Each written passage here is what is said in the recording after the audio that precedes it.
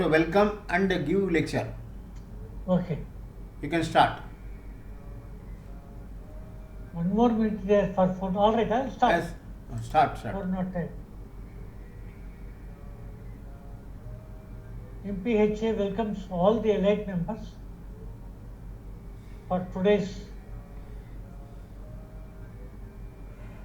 lecture, which is a last lecture for the year 2023.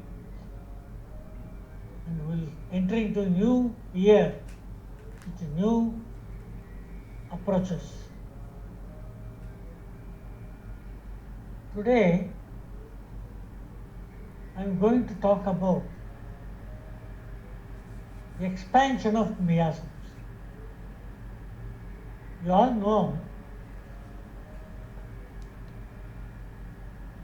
psora, psychosis, and syphilis are the miasms that causes disturbances, which are the disease either acute, suppressed and pushed into the body by various medicines or by our own activities like tobacco chewing, drinking, etc., etc., and also by our behavioral aspects.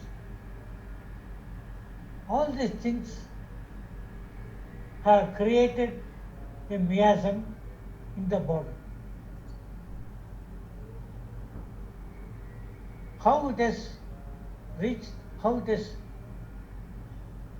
disturbing us, nobody knows. Because it comes from hereditary, family. It's a clear concept that some diseases exhibited by the patient will lead to miasm. The physician need not indicate all these things to the patient, but he can ask about the family group. So they say about that. They say about that, and we can link them to the miasm. Sir, what is the benefit, sir? So that we treat according to the disease as well as the basic miasm. Because our concept is not only cure, but it should not go back, it should not repulse. Like you see, they give medicine for typhoid. Patient doesn't cooperate after that, he abuses with the hot footsteps and other things, and the typhoid relapses. In the same manner, the physician, when not able to remove the miasm, remove the miasm is not by putting some needle or forceps and taking it away. Yet give medicines according to the symptomatology, touching upon the miasmatic drugs, thereby slowly the morbidity or accumulated conditions are pushed out. All right. Sir, this you already explained. We all know about this miasm. Yes, you know about the miasm. What are they? Psora, psychosis, and syphilis. Today I am going to say tuberculum is also a miasm. Why? It's a pseudo-soro because primarily combines with soric and syphilic characters, although the tubercular person can have some psychotic characters too. So it is able to mix with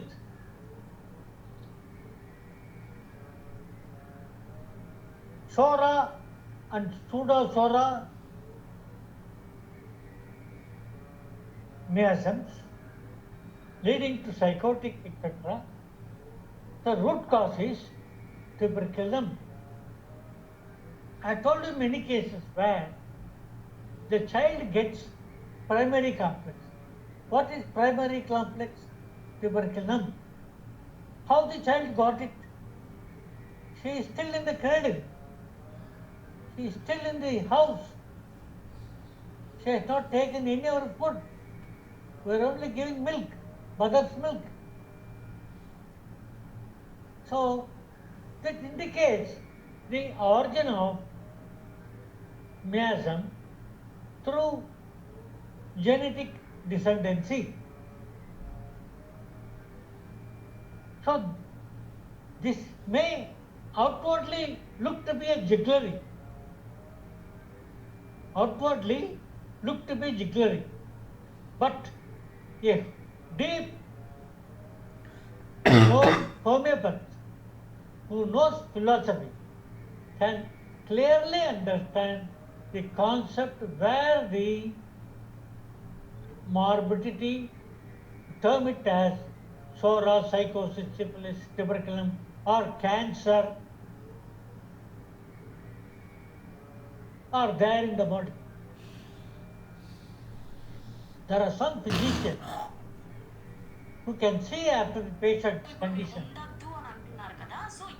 will decide that this person may lead to cancer due to his ill health.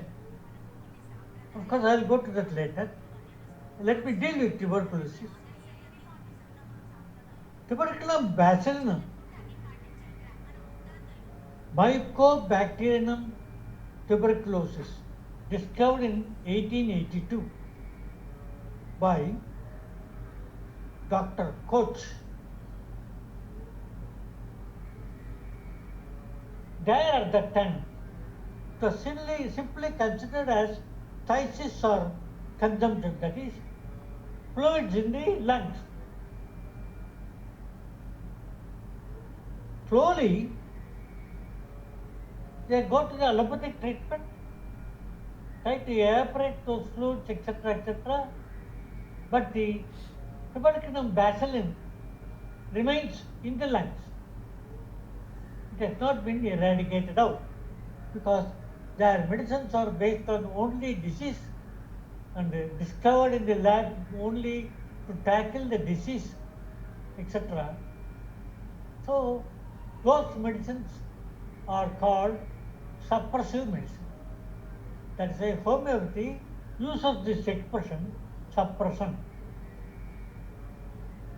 The disease can be transmitted through infected cow or cow's milk, infected person's utensils, spitting in public, coughing or sneezing. In other words, it is a contagious. Tuberculum miasm originally results from the suppression of tuberculosis with drugs. I have already told you. Central idea of restlessness, changeability, dissatisfaction are the mental factors. Emotional indications. Tubercular people have a cheerful, optimistic outlook and can do wonderful artistic things. Many of our great artists are tubercular infected or affected persons.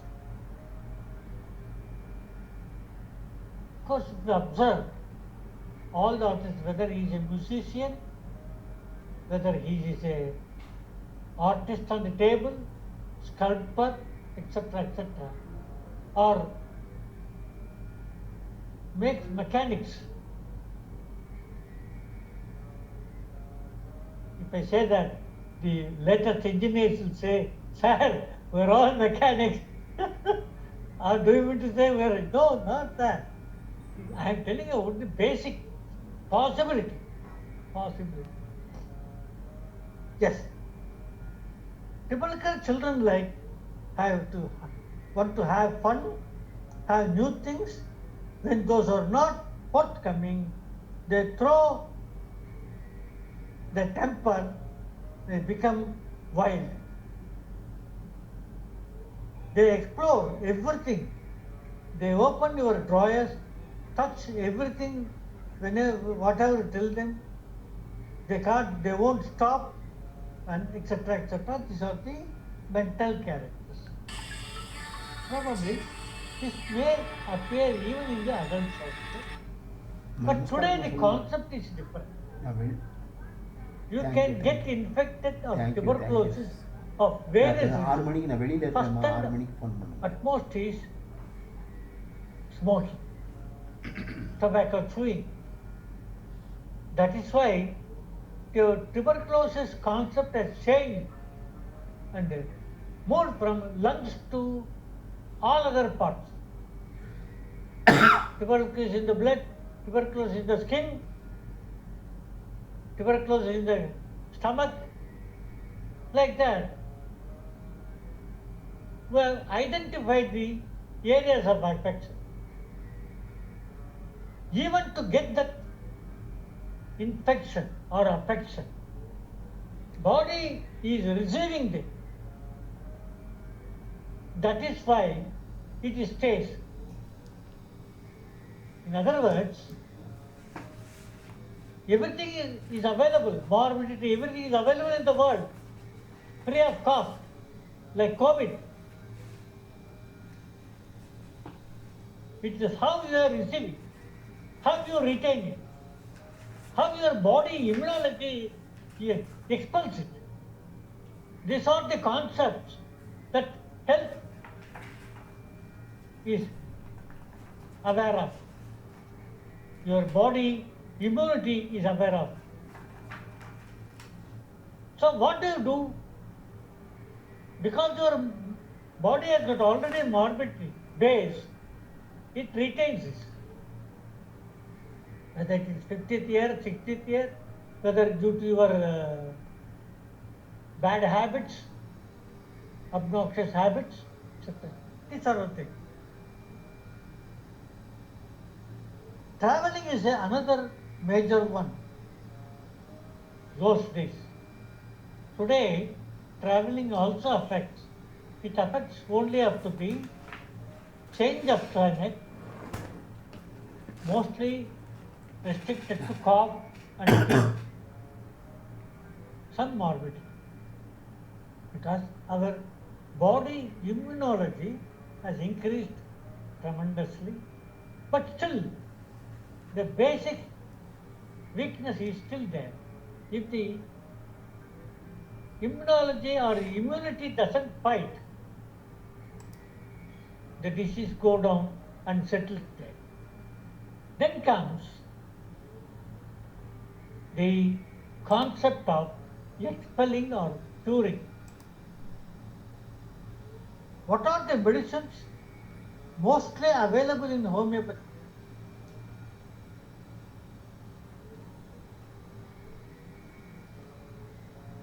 One.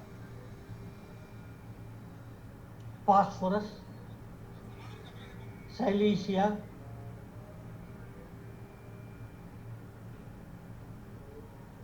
arsenicum album, natrum sulph,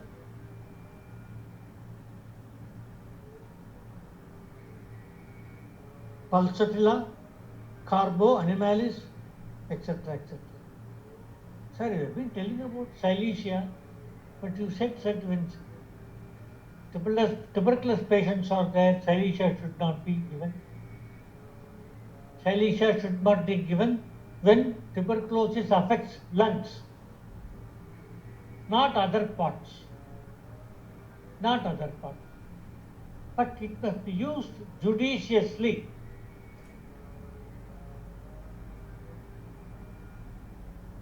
So there are many characters about the tuberculosis patient behavioral aspects. It has been very beautifully written in the modern books. if you observe them, read them and observe them, you can easily understand the deep-seated problems of the person concerned. Okay. This is with reference to the tuberculosis miasm. Carcinosin or carcinoma is also called cancer miasm. How is it said? Yes. How this sora develops? Sora develops into syphilis, aggravated form. Sora is the basic concept. Sora is a painted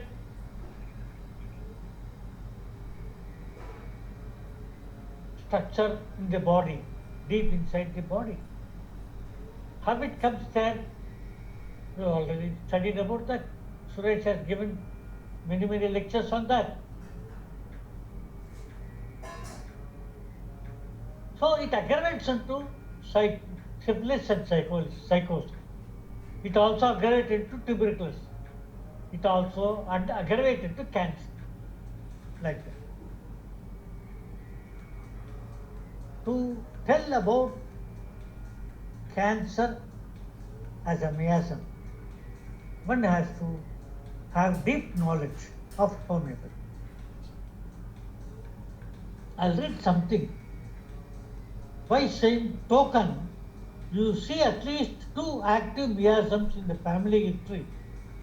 You should be on the lookout for the cancer miasm in the patient. You see the simple statement. By the same token, understand, miasmatic body, you see at least 2 active miasms in the family history. You should be on the lookout for cancer miasm in the patient. All the 4 of the other miasms, namely sora, psychosis, syphilis, tuberculosis, are necessarily to develop the cancer miasm.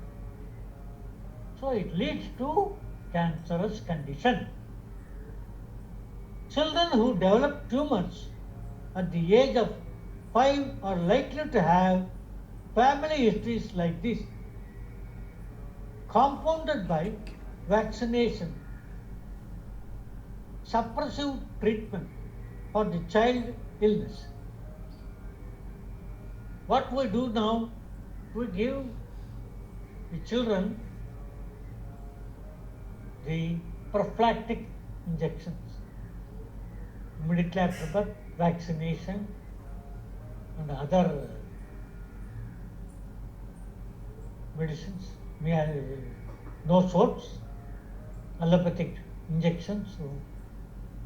Also, we give the immunity doses. We also give repeatedly at the 6 months, 1 year, then 2 years, 3 years, like that. We repeatedly do. These are all suppressive medicines. Sir, what to do, sir? No, I am not blaming. The system is that. The government says every child should be given this prophylactics so that they will not get to even the poliomyelitis, affection of the bones. They are giving these immunity drugs. Yes. When there is a cancer in the family, the cancer develops at a younger age in each generation to the point that brain tumors like glioblastoma. Glioblastoma means malignant glioma arising in cerebral hemisphere. What is glioma? New growth of neurological cells and fibers affecting brain and spinal cord. So, glioblastoma, astrocytomas are the basic things that indicate about the morbidity leading to tumors and other disturbances in the body. చెప్పమ్మా. Astrocytomas means slow growing of infiltrated hello cerebral or cerebellar tumors చెప్పు, వినపడలేదు, relating చెప్పు. to benign hello చెప్పు. origin of hello nerves. Yes. Hello చెప్పు. So we cannot avoid this because we hello are చెప్పు పాప. clustered. For example, cut అవుతుంది, Today voice you cut see- అయిపోతుంది. about the war between Israel and the Arabs.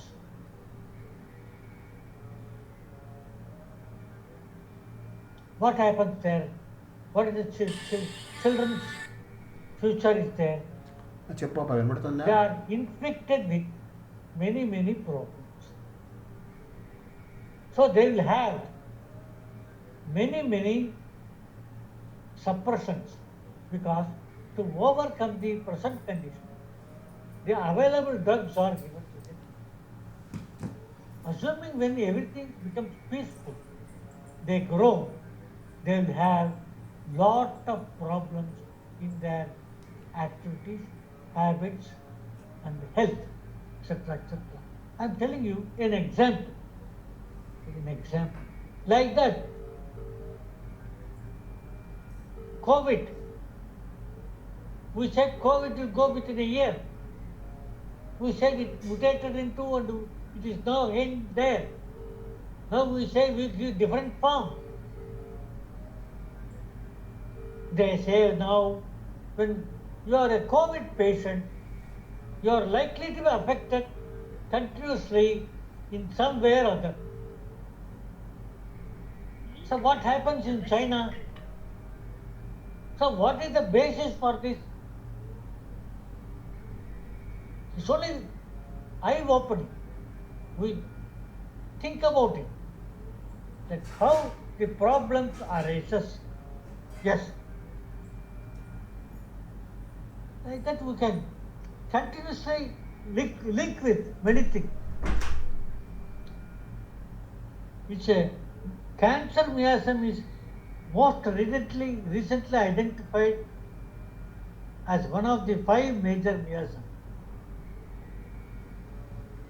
We know the notion, carcinosin. Carcinosin was used by Crompton Burnett, J.H. Clark, Kent and others when they identify the miasm. Sir, why sir the homeopaths are not doing? In India, homeopathy is only 10 to 15 years back. We only learned the basic structures. We are not gone deep into that. We don't have hospitals. We don't have the physicians who can authoritatively treat them, or they have not been given an opportunity to get them treated because of the invasion of system of allopathic practice of medicine. All right, that's all. That's in the game. That's how we have to come out. Yes. The children had remarkably similar symptoms. That is what they say. 2 different mothers had breast cancers during pregnancy. These children had remarkably similar symptoms, including insomnia, crying all night, and blinking of eyes, and all over the body the eruptions and numerous moles, blue patches, etc. etc. So this shows the origin of the miasm in the child.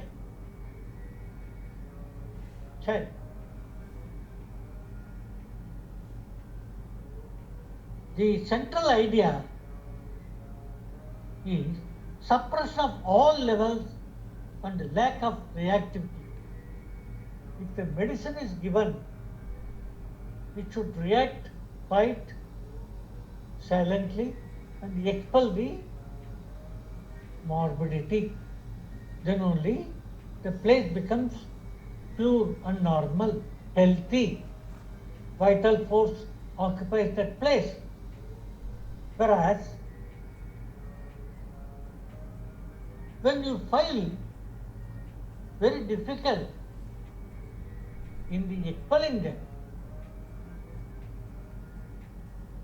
that means your medicine is not acting there.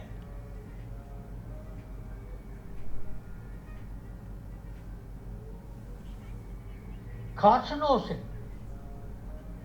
lack of reactivity, mental dullness, lack of interest, difficult thinking, and aversion to conversation as well as mental work.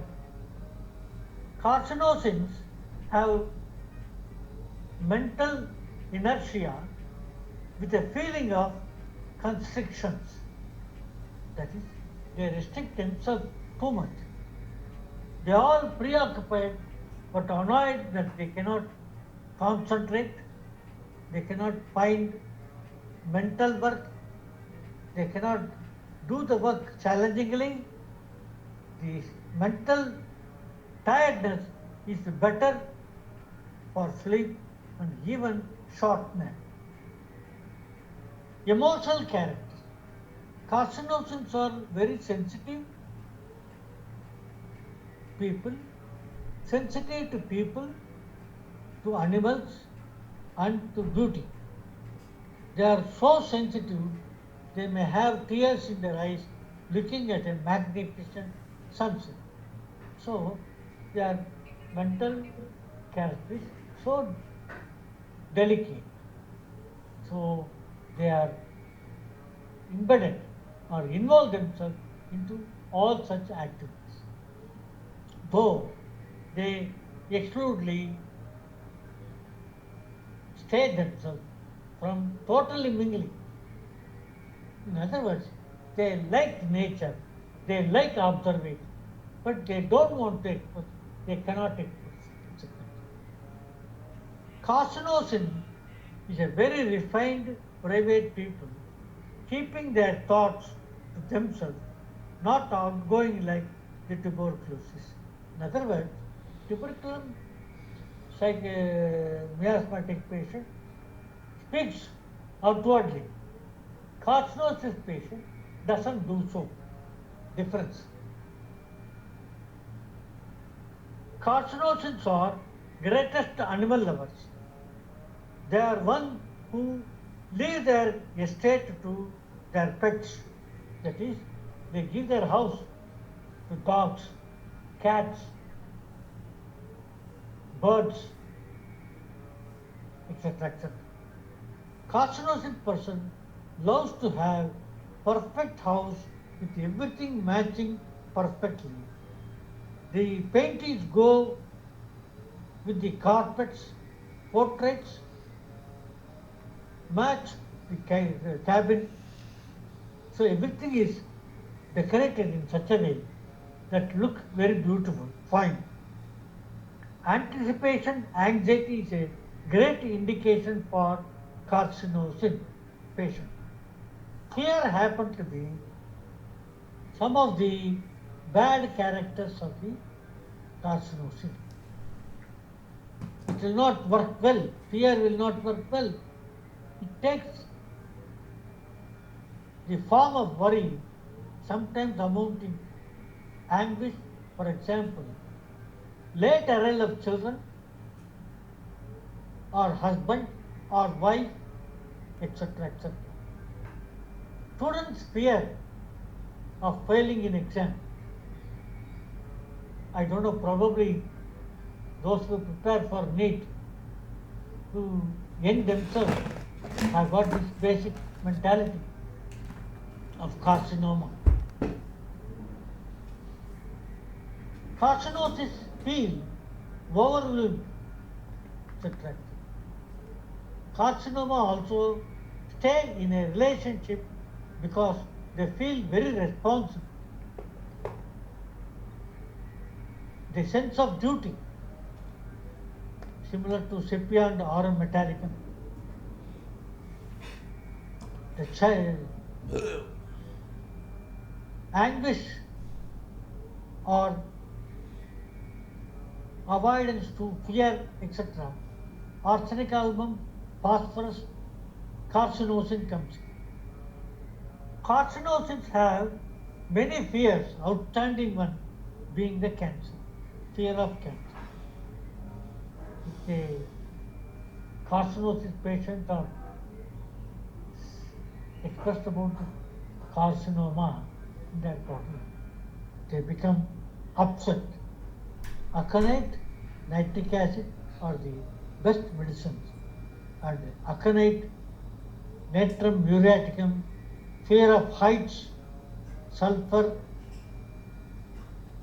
the share sepia's marked sense of rhythm and love. This is a comparison between other drugs. Physical characters. Aside from tumors, the cancer miasm has other physical symptoms of carcinosis in children. Do not get typically childhood diseases at an appropriate age. In fact, anyone getting a childhood disease after puberty is likely to need carcinosin. In other words, I am telling you, when your disease factor, whether you acquired it through your genetic descendants or acquired it through some reasons, it has been suppressed. It appears after puberty. There it gives you lot of disturbance. Yes. Carcinosin expressions include bedwetting, leukorrhea in young girls, hemophilia, aplastic anemia, hemochromatosis, leukemia, blood cancer, diphtheria, epilepsy, hereditary, cryptorchidism, neurofibromatosis, angioma, celiac diseases, etc. That is, celiac disease means falling of tiny hair from the skin, very bald. So, the observations during, even from the Hanuman days, they have been telling about, from the mere observation of the patient. That is, a 50-year-old woman presents with moles with her doctors advising her to have removed because they may cause cancers. Her past medical history reveals besides some digestive difficulty, no background about her parents. What is the observation there? The woman is strongly psoric, as shown by a relative degree of good health and types of complaints she has, because she has not complained about any disease so far, as well as her family history, both sides. No matter what the allopathic diagnosis is done to her, cancer miasm, and there is a little likelihood of her moles will become cancerous affections. Even if they do, you will still treat them with anti-psoric remedies, not with carcinosin, because her background is psoriasis, psorinum. So you treat with anti-psoric drugs and remove, because only the skin patches will go away without causing any disturbance. Second thing is, a 15-year-old girl presents with insulin-dependent diabetes, diabetes mellitus. A number of relatives of her father's side are insulin diabetes patients. Mother had a pernicious anemia. Her maternal grandfather is a tuberculosis patient. You see here the background.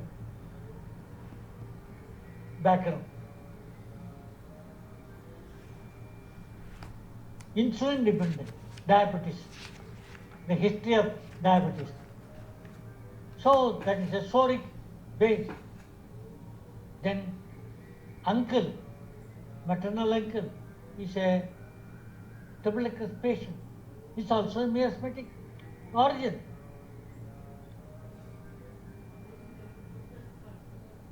So here is a cancer patient. Although diagnosis is not cancer, nor there is any cancer in her family history, her condition indicates the cancer miasm, and there are many indications in her family history. So you have to treat her with carcinosin, miasm, no salt. Then comes a lovely 25-year-old girl, a photographer with a big wide smile, bright sparkling eyes, presents dysmenorrhea, exclusively heavy periods. She has no significant previous illness in the past medical history. In her family medical history, her father had hypertension, died of heart attack at the age of 64. Her mother was a smoker, suffers from diseases in her lifetime. She tells you that her father was a real tyrant who founded his own religious art and punished every child when caught them laughing or playing instead of studying. So very strict man. So this fear psychosis was embedded in this child, but it has not been exhibited out. Could be tubercular, she probably a phosphorus, but she may very well never be carcinogen as a result of her emotionally suppressed childhood, even though there are other indications for cancer miasm in her or her family. We have to treat her present symptoms, and those symptoms will lead to the miasmatic flares. Yes. So like that, we can give many answers. In the next class, I'll take to you about more homeopathic drugs, homeopathic and cancer, beautifully analyzed and discussed. Over to Murthy sir. Murthy sir. Yes, sir. Is my voice audible, sir? My voice Yes. audible? Hello? Yes.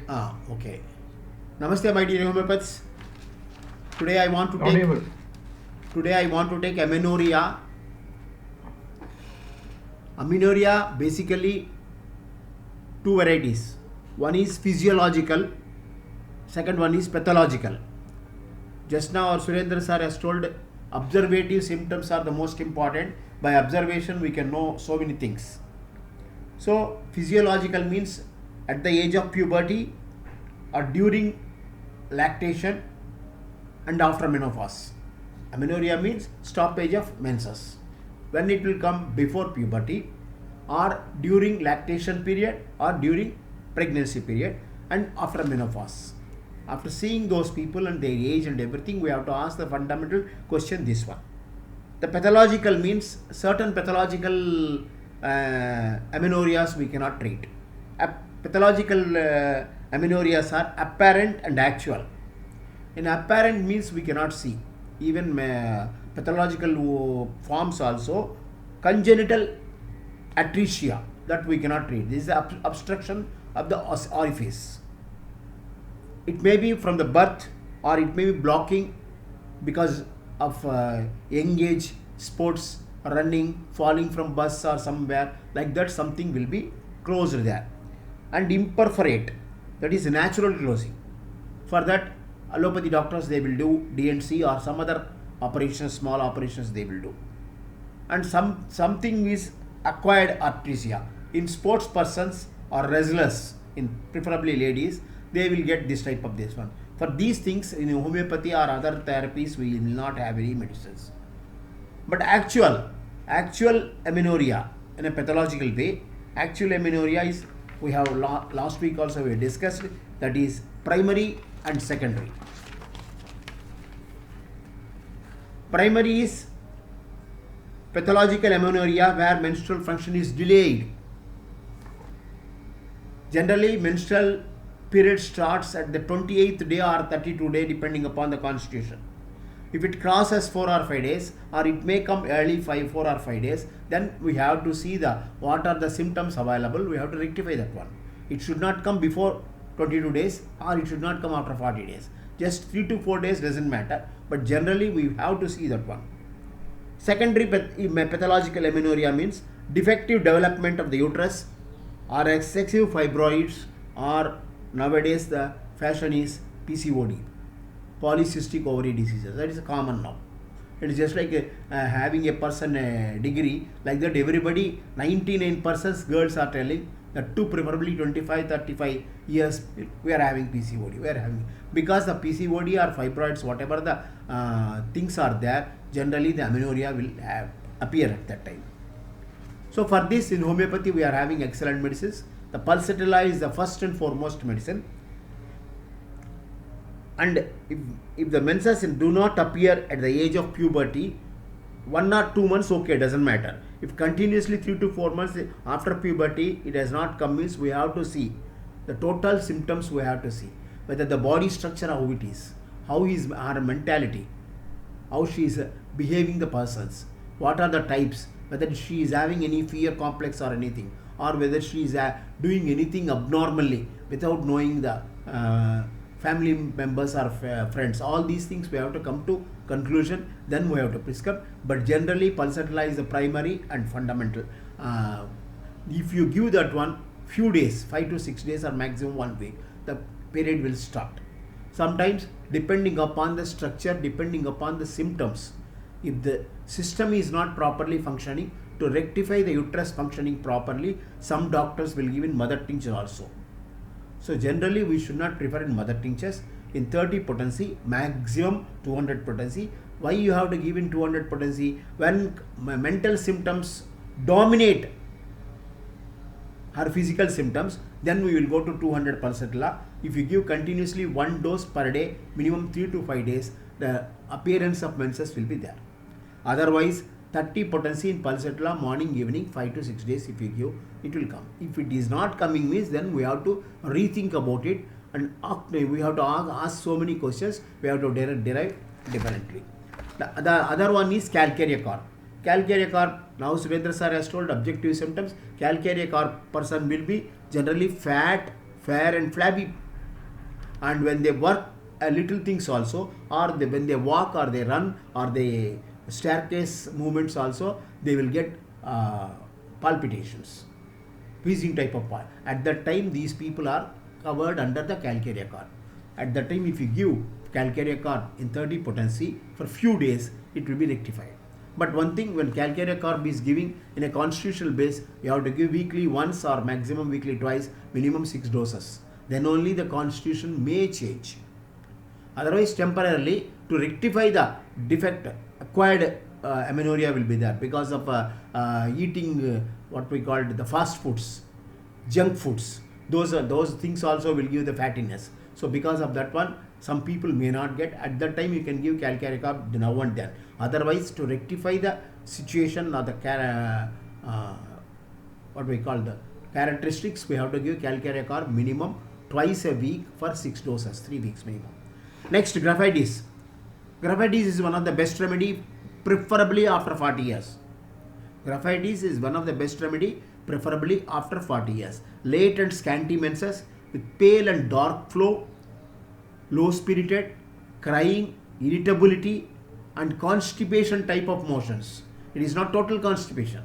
Constipation, little they will pass and they will be there. And very tight, very rough, and very just like a balls. It is not a soft manner. That type of constipation we have to give. And when you are selecting graphitis, there will be skin problem will be there. Any itching may be there. Any skin problem will be there. That is a primary symptom of graphitis. And the hips are different sizes. That also we have to see. And fatness will be there around the stomach and hip area. These things will come graphitis. Graphitis is one of the supporting drug for pulsatile also. And above 40 years and 45 years, they will have more sweatings, more obese will be there. The skin will be different, dirty will be there. Any pale and earthy skin will be there. So at that time, graphitis will work excellently. Next, when menses is suppressed because of chillness, we are going in a bus, we are traveling in a car, when a chill air is going into the ears, at that time if anything is there, after coming to the house or after coming to that period, you give aconite 2 to 3 doses, automatically the menses will appear. Ferromate is one of the best remedy. Suppression of the delay of the menses due to debility of the body and due to anemia also. And weakness will be there, lassitude will be there, and lethargy will be there. And these people, when they work just like calcarea carb, palpitation will also be there. They will avoid the work. And another thing, cyclamen, suppression menses because of the wet foot. Those ladies who are working in the water. Nowadays nobody is working in the water. Previous days they are doing laundry work. They were doing so many gardening work. At that time, because wet feet, this amenorrhea will be there 3 to 4 days. It will. At that time, when time comes, means they should not wet. They have to go for with chappals and everything. And subtle cerulite is one of the best remedy for amenorrhea, provided though the lady must be a flat-chested lady. You must be very careful when subtle cerulite selection. It will be a supporting drug only. Subtle cerulite not a primary drug. Another one of the important drug is sepia. Sepia seems to be masculine form.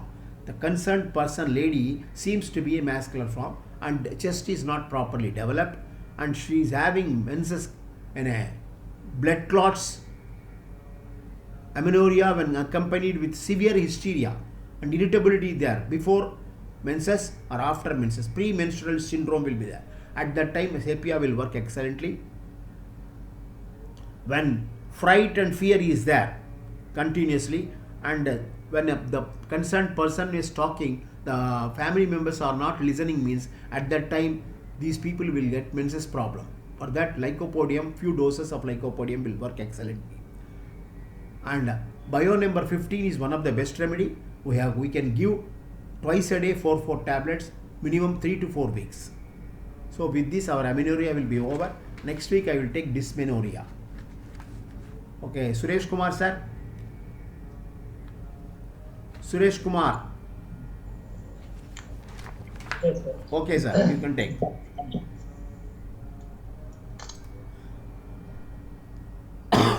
Is it audible to everyone? Yes sir.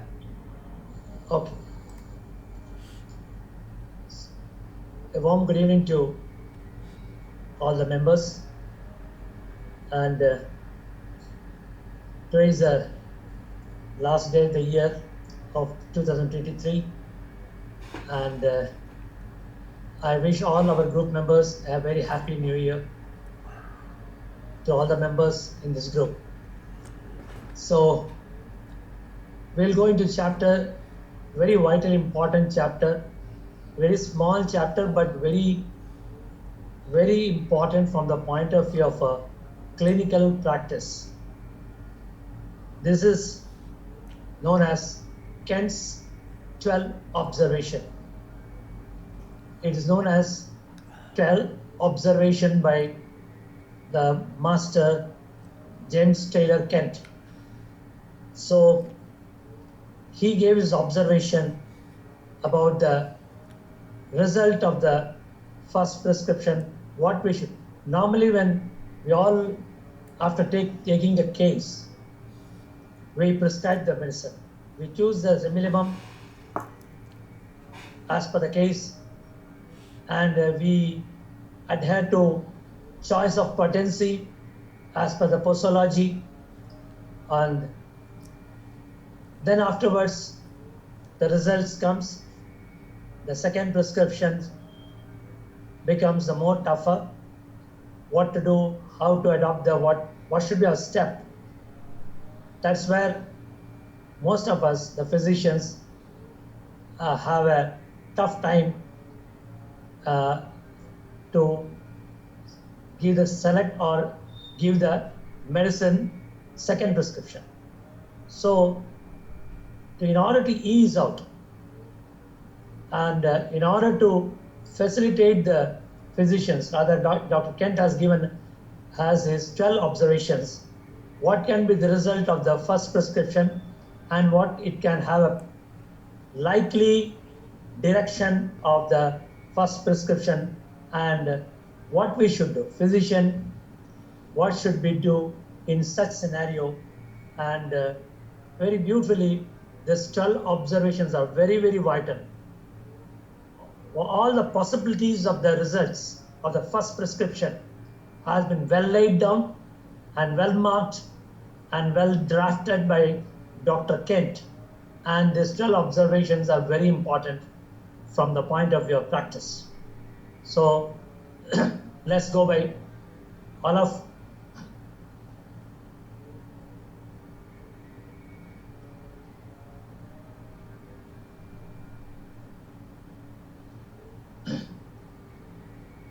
and these 12 observations are very vital as I'm telling.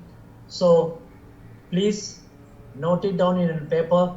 Of course, this talk is available, will be in the recording will be given to you, but still you must have a paper, you must have a pen, and you should note the observation and the inferences and prognosis what is being now I'm going to tell you. The first observation, out of the 12 observations of Kent, the first observation is prolonged aggravation followed with final decline of the patient. This is the first observation, possible observation of the first after the first prescription is given. So in such scenario, when there is a prolonged aggravation is there, which is followed by the final decline in the status of the patient, then Dr. Kent says the prognosis is very bad. Okay, when prolonged aggravation followed with the final decline of the patient, the prognosis is defined by Dr. Kent as very bad. And he gives the inference as the case is considered to be as incurable, direction and irreversible change has taken place, and the medicine was given was too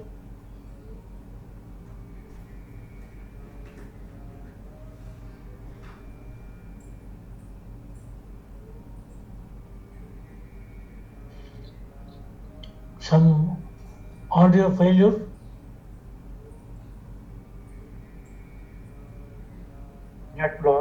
Suresh ji. That problem with Suresh ji has happened.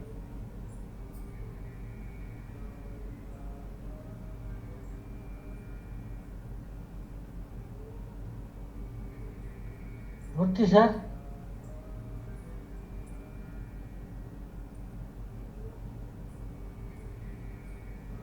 Murthy sir.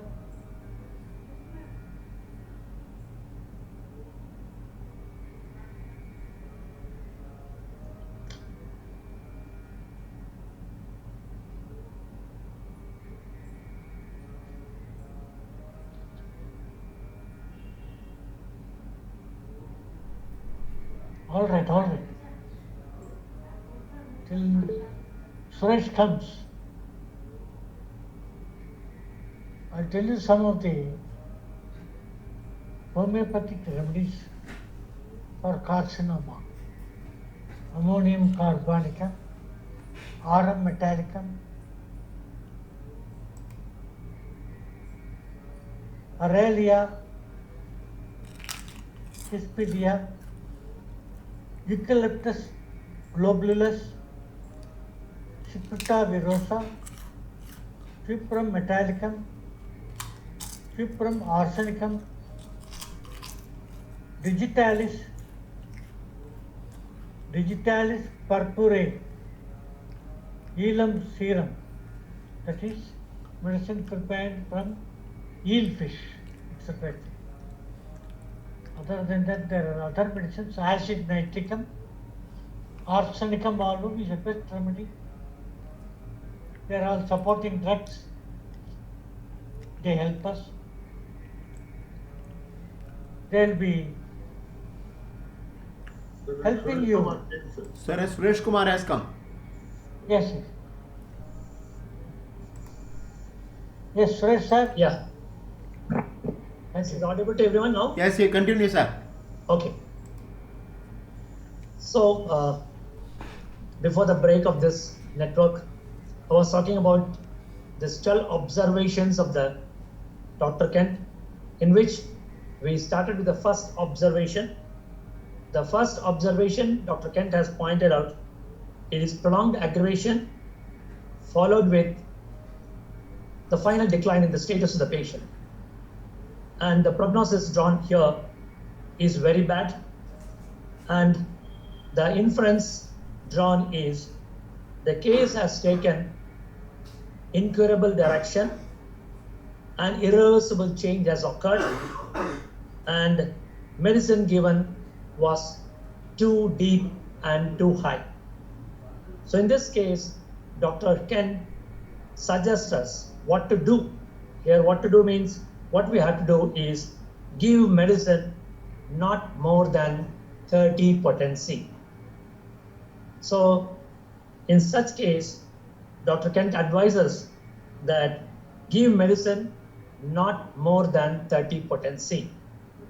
So in case of prolonged aggravation followed with final decline of the patient, the advice is give medicine not more than 30 potency. This is first observation of Dr. Kent. Now coming to the second observation. Second observation is prolonged aggravation with final and slow improvement. This is all the possibilities which we can, in clinical conditions, can take place. That has been beautifully listed down by Dr. Kent. The second observation, prolonged aggravation with final and slow improvement. So this prognosis, Dr. Kent says, is very good. Prolonged aggravation with final and slow improvement, the prognosis is good. And the inference drawn here is the case was borderline case and on the verge of incurable status, and there is a beginning of a marked tissue change in the patient. So in this situation, the advice given by Dr. Kent is give remedy more than 30 potency. In such a scenario, Dr. Kent says give more than potency of 30. So second observation, I repeat, prolonged aggravation with final and slow improvement. So here advice given is give remedy more than 30 potency.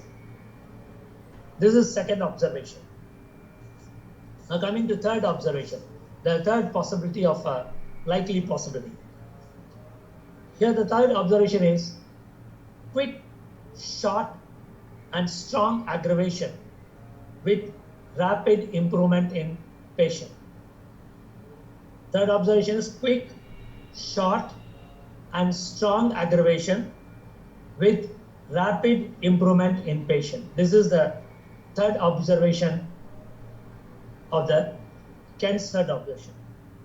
So prognosis drawn here is by Dr. Kent says it is very good prognosis, and the inference is remedy is chosen is correct, but the reaction was very vigorous, very violent.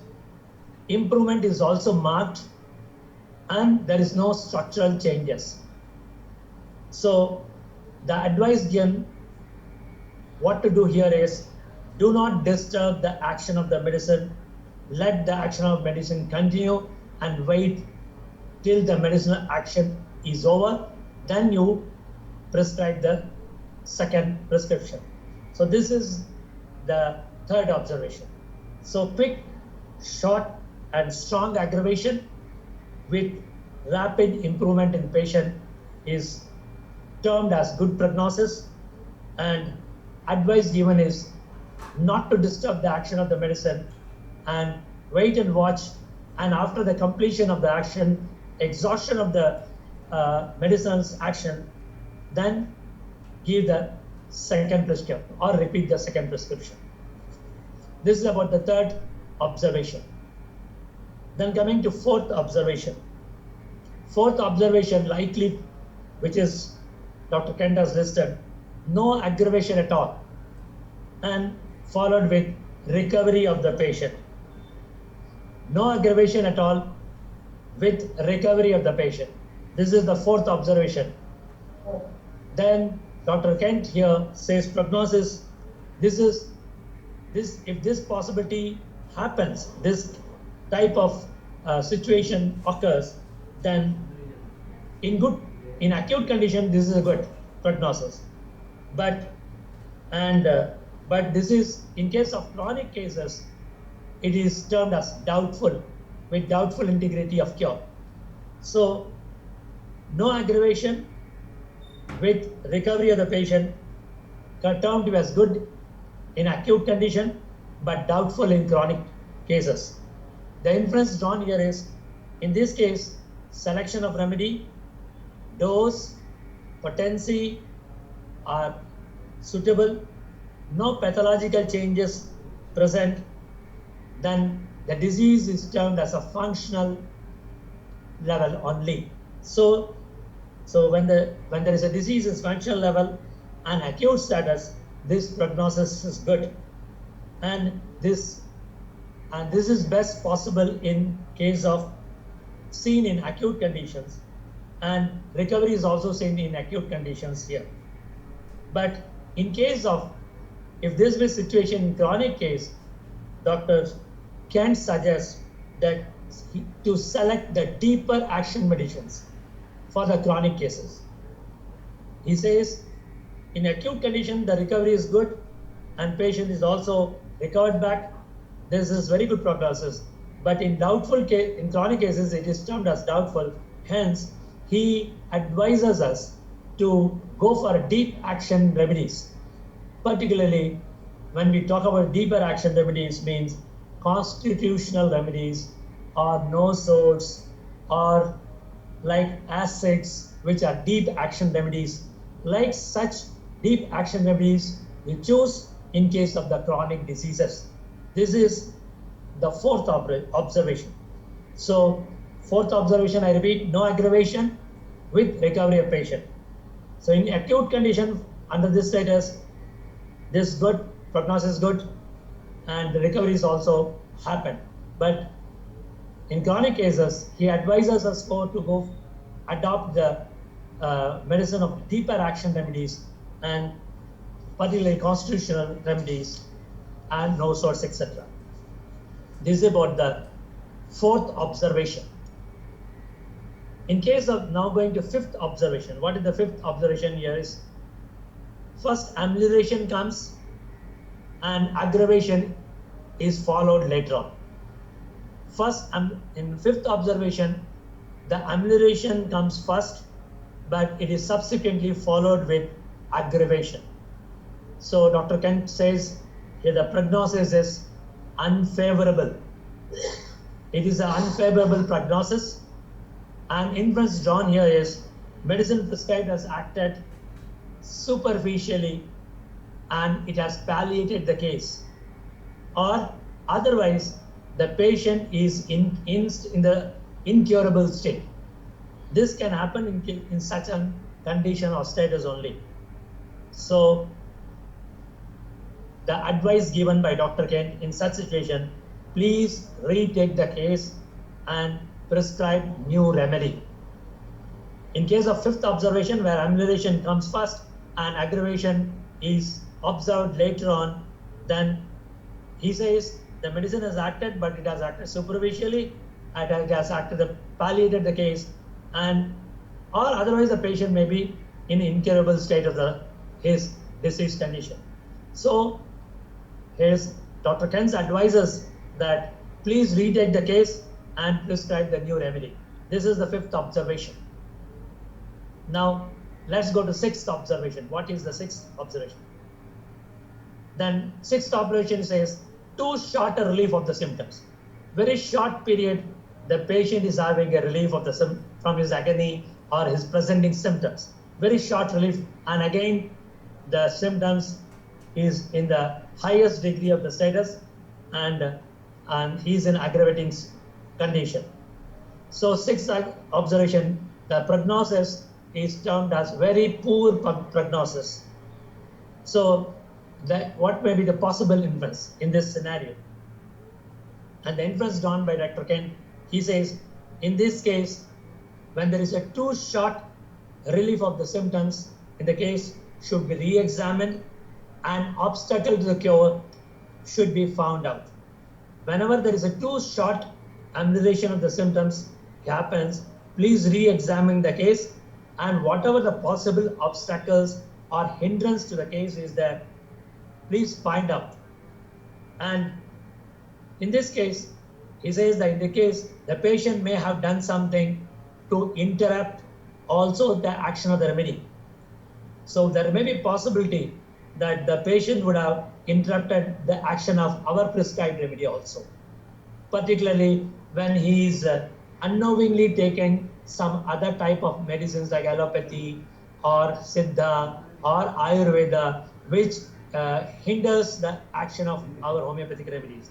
So there may be possibility that the patient would have taken some other drugs simultaneously with our system of remedies, and it would have hampered or interrupted the cure process of our action of remedies. And if it is seen in case of chronic cases, if this happens in chronic cases, then it indicates that pathology has set in and prognosis is very bad. So this is about the sixth observation. Whenever sixth observation, there is too short relief of symptoms there, and all the entire symptoms is bouncing back to the highest degree of intensity, then he advises that please re-examine the case, or the possible obstacle to the case should be found out, and there may be possible interruption of drugging by the unknown drugs not revealed to the physician. And in case of chronic cases, he says possibly the pathology has set in, or the metastasis has occurred, or structural changes occurred. That's why this sort of aggravation, this sort of high degree of aggravation has occurred in the patient. So this is about the sixth observation. Then coming to seventh observation. Seventh observation is full-time amelioration of the symptoms, yet there is no special relief to the patient. This is sixth observation. Full-time amelioration to the symptoms of the patient, yet the patient is not comfortable. The patient is having no special significant relief as such to the patient. Then prognosis termed here is poor, and he says the patient cannot be cured completely, and he can be only ameliorated to an extent, to a certain extent. So inference drawn here is it is seen in case of a latent conditions or latent existence of the organic conditions, and there is improvement in only a certain level or certain degree. So he gives one example here that this, like patients with having a one kidney can only improve to a certain degree, and symptoms will be ameliorated from time to time, and remedies with remedies, but up to a certain degrees. Beyond this, it is not possible.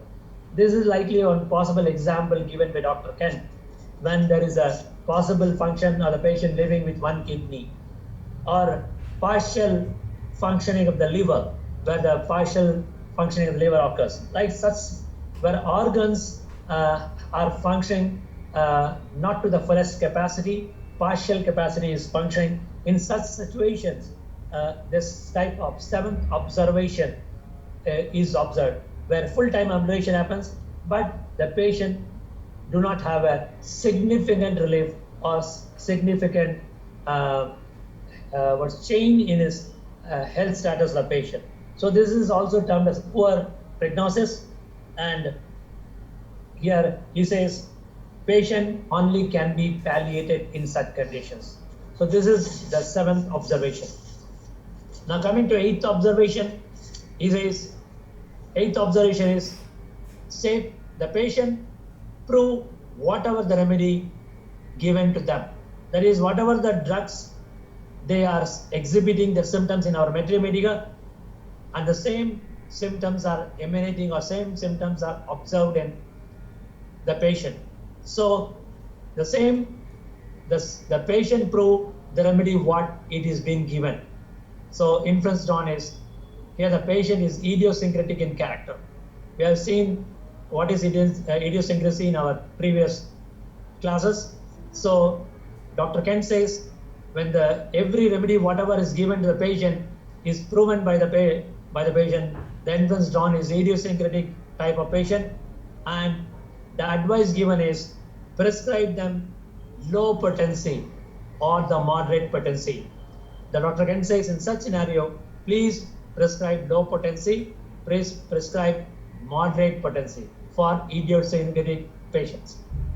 And ninth observation, Dr. Kent is drawn as action of the medicine of the prover. What is this is a drug proving. Whatever action of the medicine is present in the materia medica, he goes on proving. So this is ninth observation. This is a drug proving scenario. So ninth observation is whatever action of the medicine is there is observed in the prover. The 10th observation is new symptoms appear after the remedy is prescribed. This is 10th observation. Absolutely new symptoms, they reappear after the remedy first prescription is given. And the prognosis by Dr. Kent is termed as unfavorable prognosis. And inference drawn is medicine chosen is wrong, and if the new symptoms are not serious, then let you wait and let the medicinal action pass away. But otherwise, if it is serious, and then in that case, retake the case and use the old and new symptoms both together to decide the medicine. So the 10th observation, whenever the new symptoms appears, then in that case, he says a unfavorable prognosis and medicine chosen was wrong, and therefore if there is no serious condition is observed, let the medicinal action pass off and then retake the case and prescribe the medicine. And in case there is, if there is a serious new symptoms are been emanating, then antidote it and retake the case. That is the 10th observation. Then 11th observation. 11th observation is when old symptoms reappear. This is known as Herring law of proving. 11th observation is when old symptoms reappear. Dr. Kent says prognosis is very good. Patient is on the path of recovery, on the road of the recovery. If the old symptoms stay, then repeat the medicine chosen, the same potency, same dose, and prescribe the second prescription. So 11th observation, old symptoms reappear, the prognosis is very good, and patients on the path of recovery. And in that situation, then please wait and watch and repeat the dose, the well-selected remedy. Whatever the selected remedy is there, you give, repeat it. Finally, the 12th observation by Dr. Kent, the 12th last possibility of first prescription is symptoms take absolutely wrong direction.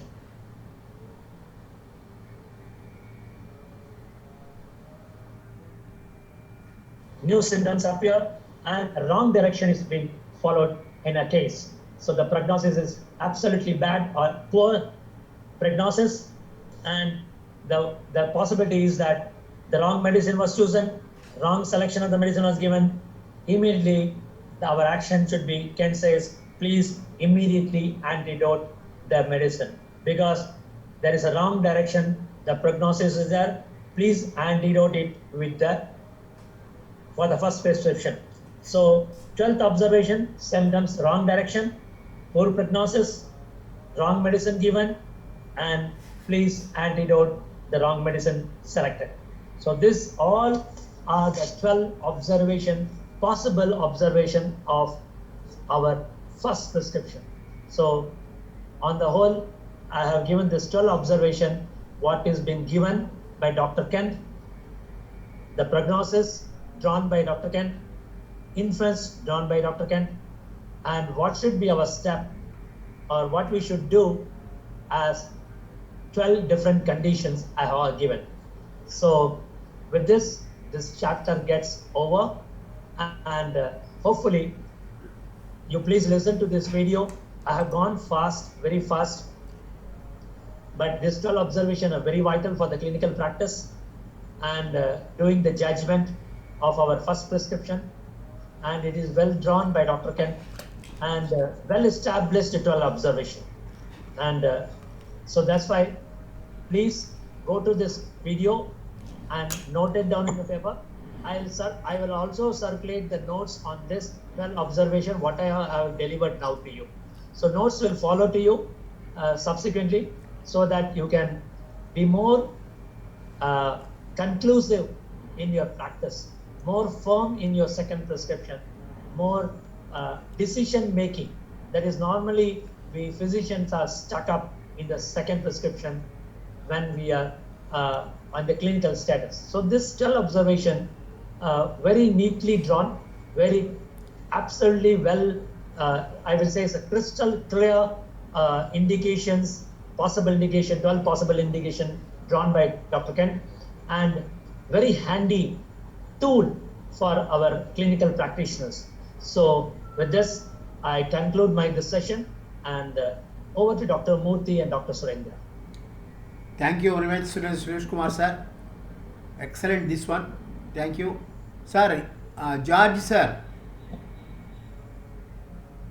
Hello, Mr. George. Yes, sir. Next month, first week, will you take? No, not first week. The first and second week, I am very busy. Yes, okay, sir. February. Some function. In February. Okay, sir. February I will take, and I will discuss with you the topic. Okay, thank you, sir. Thank you. So, Bhona madam. Bhona madam. Yes, will you take next month, first week? This month first week, sir. This month is December. January first week. Okay, sir. Yeah. Told me already. 7th. Yeah. What topic? January 7th. January 7th, 4 o'clock to Okay, sir. 5:30 our class is there. What do you want me to take, sir? On that day, Yes, sir. Sujata madam, Yes, sir. what you have taken last time, madam? Stress, brain and stress. Stress management. Stress management. Stress management. Bona madam, stress management. What are the medicines available in batch flower remedies? flower. Batch flower remedies. Okay, sir. Definitely, sir. So it is simple. You need not work for that. Being 1 hour, 1 or 2 hours, you revise that one and you can tell. Okay, sir. Thank you, sir. So next month, first Sunday, our Bhuvana madam will take stress management through batch flower remedies. Okay, sir. Thank you. Thank you, sir. Any doubts? If there is no doubt means we'll close the class. Anyhow, wish you a happy and prosperous new year. You must be hale and healthy. Homeopathically advanced stage you must be. Thank you. Thank you, sir.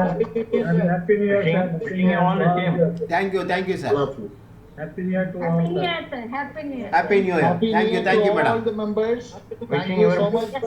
Thank you, thank you. Very happy New Year. Thank you, Happy sir. New Year. Happy New Year. Happy Thank New you, Year, sir. sir, for everyone. So Jairaj sir, Happy New Year. I am closing. Yes, sir.